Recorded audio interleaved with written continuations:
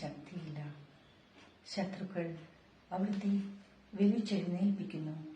ബലി പൂർത്തിയാക്കുവാൻ ഇനി വളരെ സമയമില്ല. അവിടുന്ന് നടക്കുവാൻ ശ്രമിക്കുന്നു. നീ പീഡിപ്പിക്കുന്ന ഈശോയാകുന്നു ഞാൻ എന്ന് ശവൂലിനോട് അരുളി ചെയ്ത വാക്കുകൾ ഇപ്പോൾ നമ്മളെ നോക്കി അവിടുന്ന് ആവർത്തിക്കുന്നു. ലോകപാപങ്ങൾക്ക് പരിഹാരം ചെയ്ത കർത്താവേ, അങ്ങേ പീഡകളുടെ മുമ്പിൽ എൻ്റെ വേദനകൾ എത്ര നിസ്സാരമാകുന്നു. എങ്കിലും ജീവിതഭാരം നിമിത്തം ഞാൻ പലപ്പോഴും ക്ഷീണിച്ചു പോകുന്നു. പ്രയാസങ്ങൾ എന്നെ അലട്ടിക്കൊണ്ടിരിക്കുന്നു. ഒരു വേദന തീരും മുമ്പേ മറ്റൊന്ന് വന്നു കഴിഞ്ഞു. ജീവിതത്തിൽ നിരാശനാകാതെ അവയെല്ലാം അങ്ങേ ഓർത്ത് സഹിക്കുവാൻ എനിക്ക് ശക്തി തരണമേ. എന്തെന്നാൽ എൻ്റെ ജീവിതം ഇനി എത്ര നീളുമെന്ന് എനിക്ക് അറിഞ്ഞുകൂടാ.